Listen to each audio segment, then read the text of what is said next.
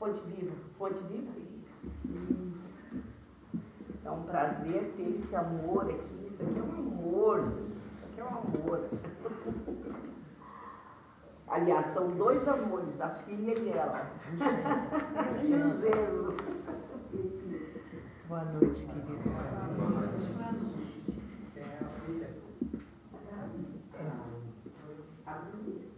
É sempre uma alegria estar aqui com vocês. Essa é uma casa assim que é como uma extensão no meu coração do nosso Círculo da Luz de Osório, e que todos ficam convidados, né? Porque às vezes na sua movimentação, durante o verão principalmente, né? De passarem em Osório também, conhecer a nossa casa, fica bem no centro da cidade.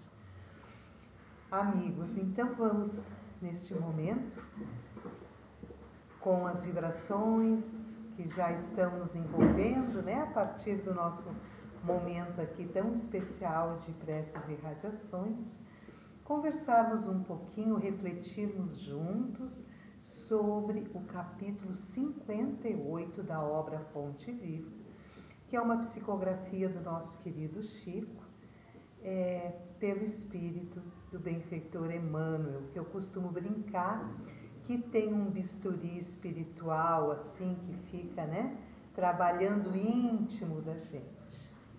Então, nós vamos iniciar com uma frase de Jesus. Uma afirmativa de Jesus. E qualquer que não levar a sua cruz e não vier após mim, não pode ser meu discípulo. E quando nós pensamos nos muitos círculos cristãos, inúmeros, como este, de outras religiões, aonde nos reunimos para estudar. Quantos aqui fazem parte, né, dos grupos de estudo da casa, outros inclusive já fizeram, né, iniciaram aqui na evangelização, agora já estão adultos, constituindo uma família. Então, quando estamos assim mergulhados no estudo, muitas vezes nós já até achamos que já estamos, né, numa condição de discípulos de Jesus. Outras vezes nós observamos, acompanhamos irmãos de caminhada que, nos seus esforços mesmo de estudo, trazem as lições de Jesus com muita facilidade, um talento de fala que encanta. E pensamos, este é discípulo de Jesus. No entanto, o nosso modelo e guia nos faz um alerta. Temos que pegar a nossa cruz e seguir e ir atrás do Mestre.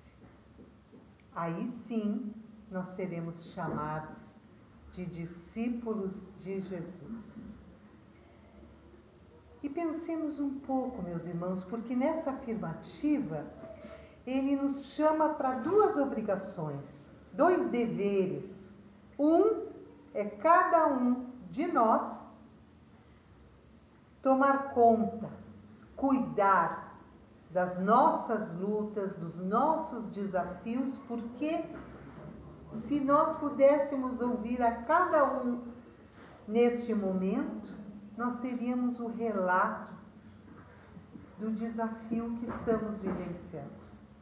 Seja de saúde, seja financeiro, seja de preocupação mesmo com um jovem, uma criança que temos conosco e que queremos encaminhar no caminho do bem. Todos nós temos um desafio. Às vezes não é diretamente conosco, mas com aquele coração amado que acompanhamos. Então, esta é a nossa cruz, as provas que nós precisamos passar. Mas Jesus ainda nos diz que não basta a gente aceitar a nossa cruz. Nós precisamos, apesar de todos os desafios que nos cercam, seguir Jesus. Carregando os desafios, lidando com eles e não usarmos a desculpa de não podermos seguir Jesus porque estamos mergulhados nas dores da alma ou nas dores físicas deste momento. Então eu falei aqui recém que Jesus nos traz duas obrigações. E nós pensemos, meus irmãos, que a nossa vida é repleta de deveres. Nós estamos mergulhados num conjunto de deveres, e esses deveres são para consigo mesmo, para comigo, para com o outro e para com Deus. Vejam a nossa relação. Quando eu tenho o dever, o compromisso do cuidado comigo, com a minha saúde física, com a minha saúde mental, com a minha saúde espiritual, mas também nesta relação eu tenho compromisso com o outro. Aqueles que estão agrupados na nossa família, que se reuniram, também aqueles que fazem parte da humanidade. Nós temos um dever com a humanidade. Mas não é muito, Tânia? Jesus nos entregou a todos como irmãos, nos chama de irmãos. E nós também temos um compromisso com Deus. Nós temos um dever com o Pai.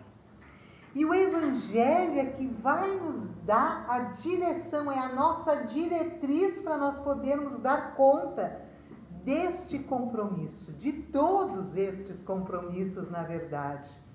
E talvez vocês estejam pensando, por que o Evangelho? E vamos lembrar que dentro das obras da codificação, primeiro então veio o Livro dos Espíritos, com suas mais de 1000 perguntas, tratando dos aspectos filosóficos. Depois vem o Livro dos Médiuns, já num aspecto de ciência, da nossa relação com o mundo dos espíritos. Depois vem o Evangelho, no seu aspecto moral. E quando nós falamos de moral, nós estamos falando das leis divinas.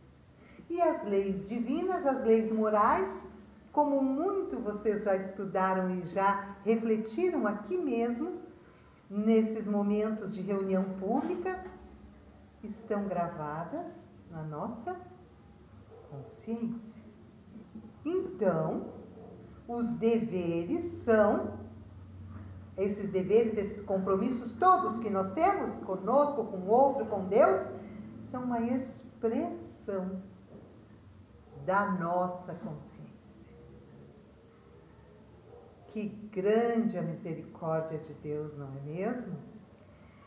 Então, amigos, quanto mais esclarecida estiver a nossa consciência, com os estudos, com os momentos em que nós nos reunimos para refletir numa exposição, nos momentos em que nós nos recolhemos mesmo para a leitura do Evangelho, estudos outros que fazemos em nossa vida, né? Estudos de formação profissional, de faculdade, estudo técnico, tudo isso vai ampliando o nosso entendimento, ampliando a nossa capacidade, abrindo a nossa perspectiva.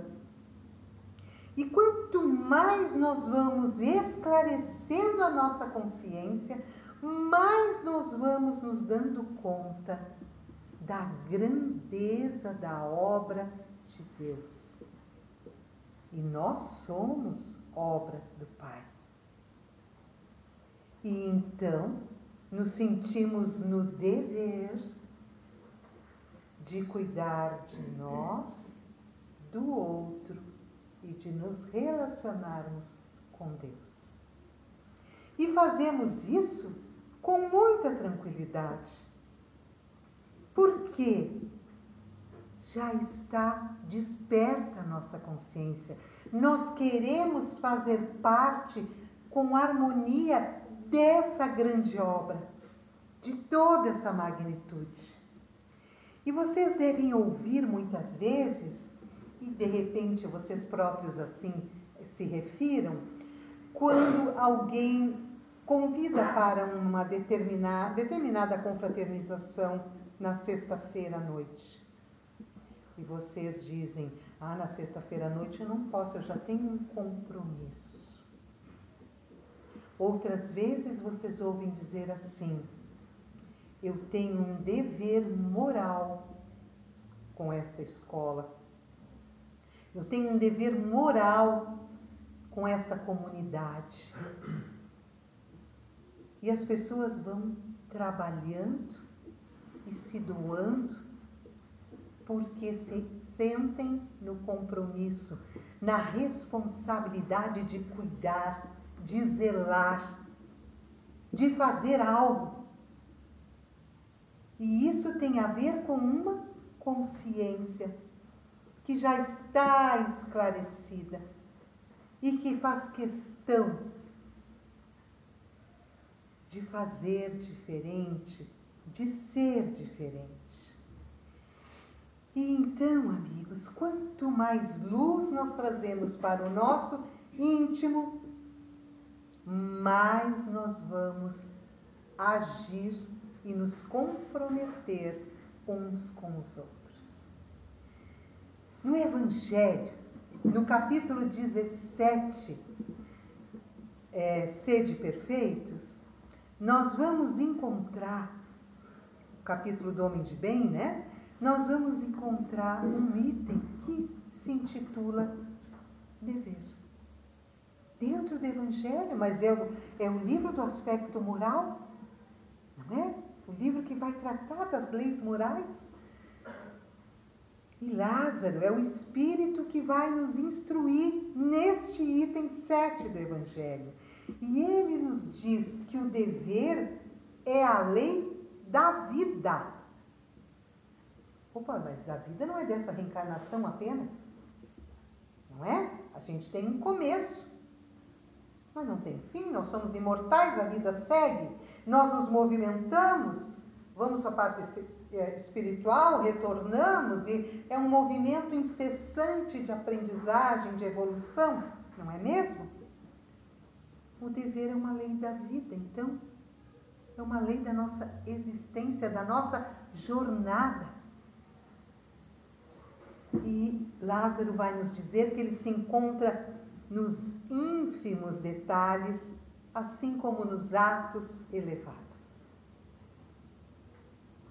Quantos aqui, enquanto eu estava junto com vocês, aguardando o momento das preces e radiações, teve quem foi desligar a luz? É uma ação bem simples, só tocar no interruptor. Mas isso é um compromisso que eu tenho com a organização da casa, para que todos sintam-se acolhidos, em recolhimento. E eu estou citando uma coisinha. Mas se nós prestarmos atenção, várias coisinhas foram feitas por um trabalhador da casa, 2 trabalhadores da casa, que muitas vezes a gente nem atenta. São os bastidores. Os bastidores que envolvem o cabo da vassoura, como eu brinco, né? E que é necessário. E que é uma forma de dizer que ama cada um que aqui chega, porque quer receber bem, quer acolher bem. E é um compromisso, é um dever. Mas também está o dever naquelas ações que são superiores ao que nós conseguimos neste momento dar conta. Lázaro vai nos dizer, inclusive, que o dever é uma bravura da alma. Eu achei fantástico quando reli. Uma bravura da alma. E essa bravura faz com que a gente afronte as angústias da luta. Então vamos lembrar de uma outra frase que a gente já ouviu muitas vezes no nosso seio familiar.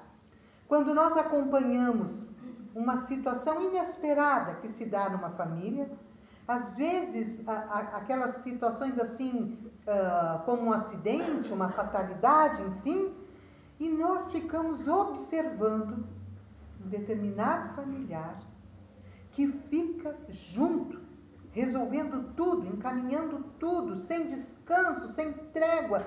E às vezes alguém vem e diz, está cansado? Não, eu vou ficar aqui, eu tenho dever, eu vou cuidar. Quando tudo passa, o que via de regra a gente que estava envolvido diz, ou este familiar nos diz? Que nem sabe da onde tirou força. Simplesmente fez. Às vezes, depois que passa, até cai, né? Vem uma gripe, a pessoa, né? Meio que desmorona um pouco, assim, relaxa, como a gente diz, né? Então, amigos, é o dever. O dever de cuidado, que nos dá essa bravura na alma, que não nos deixa esquecer do outro, que nos mantém firmes nessa relação, né, que nós temos com cada um. E ele vai dizer mais um pouquinho, que muitas vezes, nesse nosso norte, nessa nossa diretriz, que é o Evangelho, nós achamos difícil, né, dar conta, porque cuidar de mim não é só providenciar determinados produtos, determinada roupa, cuidar do agasalho conforme a temperatura. Cuidar de mim, segundo a missão de Jesus, é trabalhar o meu íntimo. É quando eu tenho que honrar pai e mãe, amar o inimigo, perdoar sempre, ser benevolente, ter paciência, não julgar. É difícil tudo isso, não é mesmo? Mas conforme a gente vai estudando, vai esclarecendo a consciência, nós vamos avançando. E então, aquela nossa palavra assim meio ácida, meio cortante, áspera, num tom que parece o leão rugindo, a gente já consegue segurar. Né? Tem uma determinada situação em casa e a gente toma um golinho de água aqui, ele fica quietinho. E já começa a pedir ajuda para a espiritualidade para acalmar. Já avançamos. Mas aí, como a gente segue se esclarecendo, e cuidar de si, cuidar desse temperamento, de todas as arestas que nós temos que ir aparando, não é só isso. A gente vai se dando conta que tem um monte de pensamento horroroso. E aí a gente se pega com pensamentos de mágoa, a gente se pega com pensamentos de vingança. Ai, me para. Né? E há outros tantos. E quando a gente chega nesse estágio, eu digo, meu Deus, que tortura. Porque quantos mil pensamentos nós temos por dia? E Jesus nos diz para nós vigiarmos, para nós rezarmos. E aí a gente acomoda aquele pensamento, daqui a pouco cai outro, e a gente vai lá e acomoda aquele outro. Gente, é um exercício permanente. Até que vai chegar o dia em que nós não vamos falar, porque também não estamos mais nem pensando, nada que é contrário ao que Jesus nos ensinou. A gente já chegou lá? provavelmente, se fôssemos aqui fazer nossas trocas, teríamos muitas risadas a dar, porque vamos lembrando de tantos momentos que nós nos equivocamos, né? Que a gente, meu Deus, como que eu pensei isso? Como que eu disse isso? Então, é um trabalho constante de esclarecimento, porque quando esclarecemos a consciência, nós acessamos as leis. Elas já não ficam num plano tão rudimentar, tão distante para nós. Nós conseguimos acessar melhor as leis divinas. Então, meus amigos, deixa eu virar minha folhinha aqui também. Emmanuel vai nos dizer, com o seu bisturi, no livro Pensamento e Vida, também num capítulo chamado Dever, que muitas vezes nós criamos perturbações na linha das atividades que o Senhor nos confia. Pensem que houve toda uma equipe espiritual cuidando da nossa reencarnação. Planejaram o grupo que estaria conosco, nos colocam lá para a gente fazer a diferença e nós perturbamos a vida de todo mundo. Porque a gente fica largando, né, na psicosfera da casa o nosso pensamento, que se movimenta, nós contaminamos o nosso lar. Nós contaminamos o nosso trabalho, o ambiente. E como nós estamos todos ligados, nós interferimos na paz de toda a humanidade. Mas o que? Euzinha, aqui em Gravataí? Ah, sim. Porque o pensamento ele não fica preso aqui na nossa caixinha. Ele se desloca, isso a ciência já nos provou. Vocês viram o tamanho do nosso dever? Para comigo, para com o outro, para com Deus. E Emmanuel vai furungar mais um pouquinho, que ele vai acelerar, nos dizendo que nesses momentos em que nós nos perdemos, nos atrapalhamos, nós desconjuntamos a nossa existência, como também colocamos em desordem as existências alheias. E a gente vai ter que ter um momento de encontro com a nossa consciência quando desencarnar, né? E vamos nos dar conta de tudo isso que a gente fez e se atrapalhou tanto. Porque nós estamos aqui para contribuir uns com os outros, para nos auxiliar. E quando temos a bênção de nascermos numa família espírita, que não é o meu caso, quando a gente fala, né? Ah, ela nasceu, então é tudo fácil. Não, eu não nasci numa família espírita. Quando temos esta bênção, sempre alguém nos dá um apoio, né? Uma ajudinha.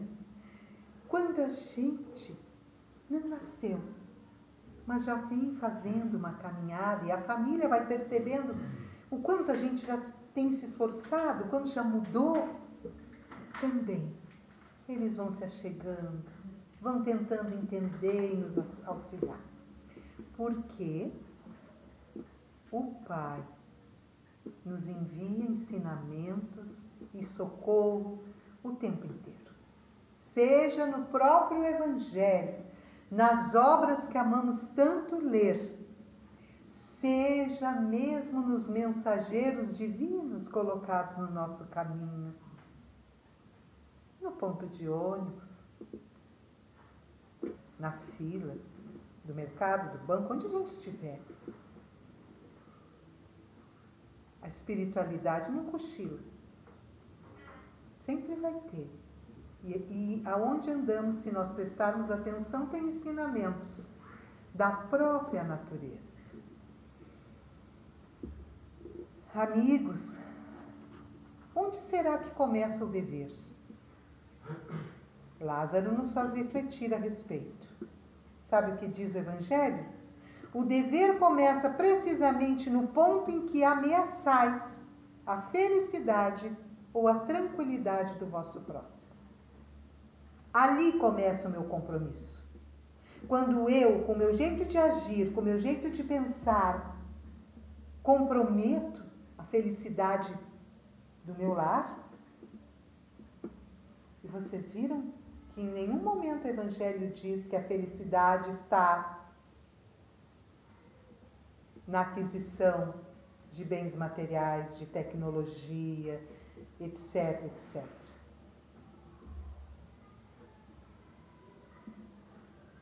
Sempre está em nós. E nunca a felicidade da minha casa depende do outro.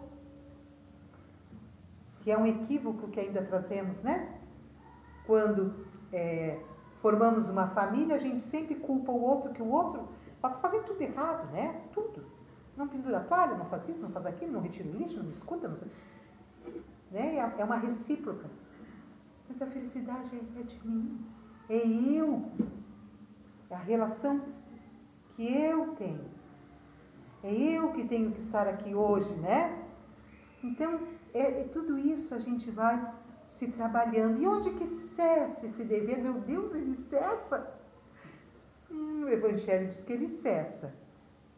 Termina no limite que não gostaríeis de ver ultrapassado em relação a vós mesmos. Opa! Às vezes, a gente se perde. Em nome do dever, em nome do compromisso de cuidado que eu tenho, nós ultrapassamos os limites. Nós sufocamos as pessoas. Nós não respeitamos o livre-arbítrio da criatura. Mas a gente está vendo que ele está pegando o caminho errado, mas já não alertou? Já não trouxe uma nova proposta? Já não sentou para conversar? Mas a criatura quer ir para lá. E aí o que nós vamos fazer?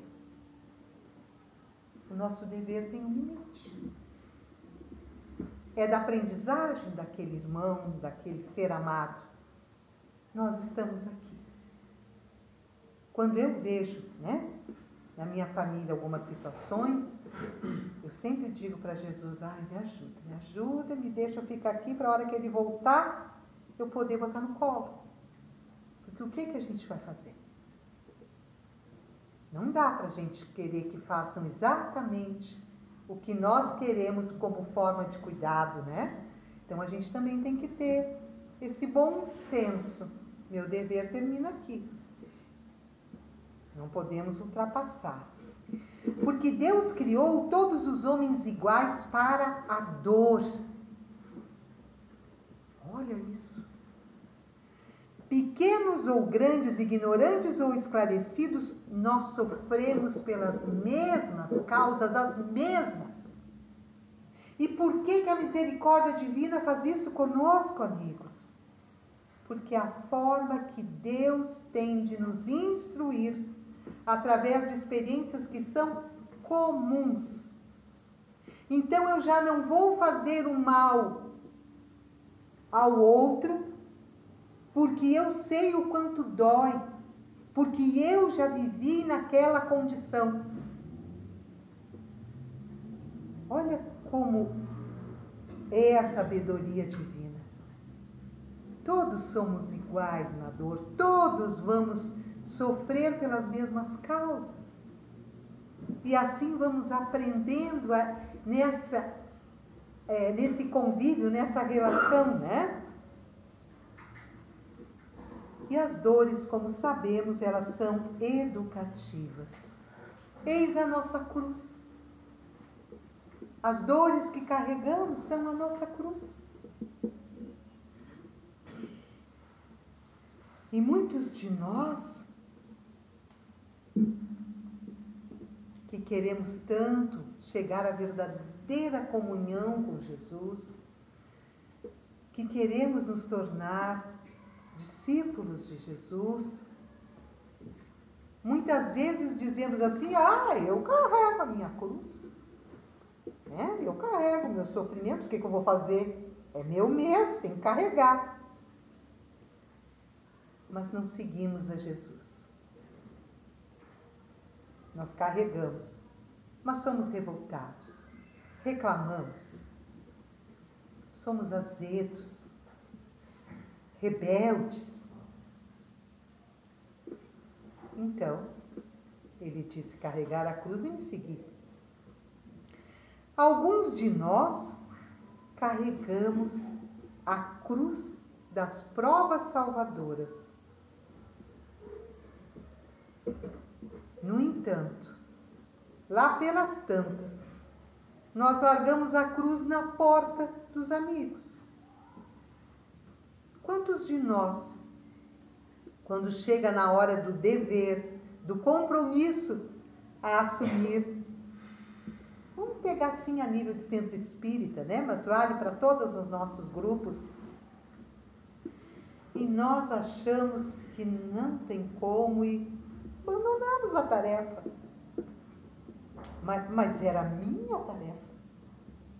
A cruz era minha de dar conta dos meus desafios familiares, dos meus desafios profissionais e da tarefa que me foi incumbida no centro espírita.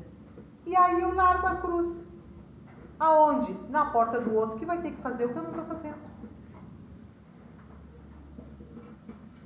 Claro que a aprendizagem vai vir. Óbvio que a espiritualidade não brinca em serviço. Vai chegar um momento que nós vamos dizer, não, eu quero. E aí a gente passa por outras dificuldades e vai amadurecendo, né?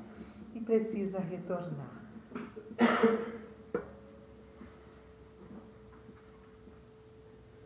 Não nos esqueçamos que é preciso abraçar a cruz das provas indispensáveis para o nosso crescimento, e esse abraçar ainda precisa ser com amor e alegria. Não é só suportar. É conseguir já estar num patamar em que a gente sabe que é necessário, que é um desafio, que é para o nosso crescimento, que a gente vai rezar e buscar forças. E às vezes as pessoas olham e dizem assim, o fulano não tem problema. Ou dizem assim, nossa, tudo que ele passa e está sempre de bem com a vida. Não é? É alguém que a gente sempre quer estar perto, né? Faz um bem danado. Mesmo que não se converse nada com aquela pessoa, só de ver já faz bem, né? Então, sigamos uma das recomendações de Jesus, né? Uma das nossas obrigações. E façamos este momento de carregar a cruz, que não é mais um madeiro, num trabalho infatigável, ou seja, sem cansaço no bem. Não vale a pena sofrer, meus irmãos, é preciso aproveitar o sofrimento. Somente depois que adquirirmos este progresso espiritual, atingiremos a verdadeira comunhão com o Divino Mestre. E claro que aqui estamos numa casa, num ponto de luz que nos abastece, que nos fortalece.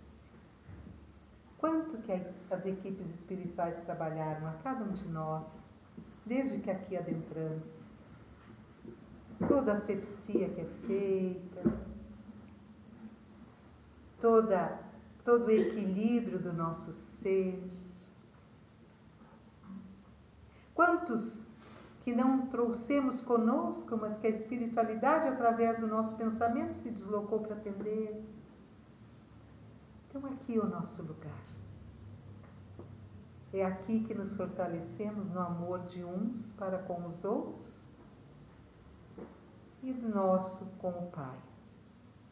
E do Pai para com todos. Então, queridos, eu agradeço muito pela oportunidade deste estudo, do quanto me encantou esse mergulho no Evangelho com outro olhar. E não deu nem tempo de eu falar para vocês que Leon Denis também tem um capítulo na obra Depois da Morte, chamado Dever. Então, foi muito importante para a minha caminhada, o estudo, e eu agradeço muito a casa. pela oportunidade. Muito obrigada. Fiquem todos na paz de Jesus.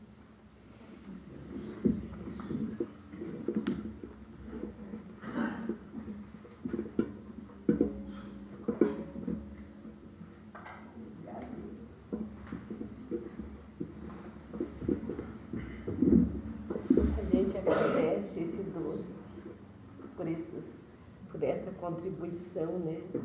Como a gente aprende. Através do teu estudo nós aprendemos muito.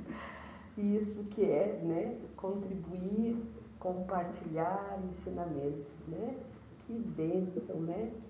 Esta paz que a Tânia nos traz, esse carinho, essa afeição que ela tem pela nossa casa, a gente retribui com muito carinho a ela. Que Deus te abençoe, amor. Então, já agradecidos, né, esses irmãos da luz, ao nosso mestre amoroso e bom, aos amigos espirituais que aqui se encontram, trazendo lá de muito longe, do cosmo maior, esses bálsamos divinos que vão neste momento, junto com cada irmãozinho que aqui está, que vai transmitir a esses amores aquilo que necessita, a melhora física, a melhora espiritual, a melhora da mente, do mental, que muitas vezes a gente sente em desequilíbrio, mas que nós possamos, neste momento, com o pensamento do Divino Mestre, este Mestre amado, seu olhar amigo, suas mãos amadas que derramam fluidos amorosos, eles se achegam até nós, tirando todos os dodóis, toda a tristeza, todas as angústias do nosso coraçãozinho, aliviando aquilo que ainda não entendemos bem, muitas vezes, o porquê disso. Mas nós, a cada dia, vamos aprendendo com os ensinamentos do Mestre. Obrigada, divino amigo. Obrigado por esse momento que passamos juntos, aprendendo, nos tornando pessoas melhores, subindo cada dia um pouquinho desse degrau para a espiritualidade maior, nos melhorando a cada dia. E nós somos gratos. É uma gratidão muito grande em nossos corações por estarmos nesta casa de luz, de orações, esta casa que nos abriga e nos consola com a sua mensagem de amor. Muito obrigado, Senhor, te agradecemos, Pai de bondade infinita, por tudo que somos, por tudo que temos e pelo dom da vida, esse dom que tu nos destes, Pai. Muito, muito, muito obrigado. E assim, com a permissão desses amados irmãos, encerramos o nosso passe da noite de hoje. Obrigada e que assim seja.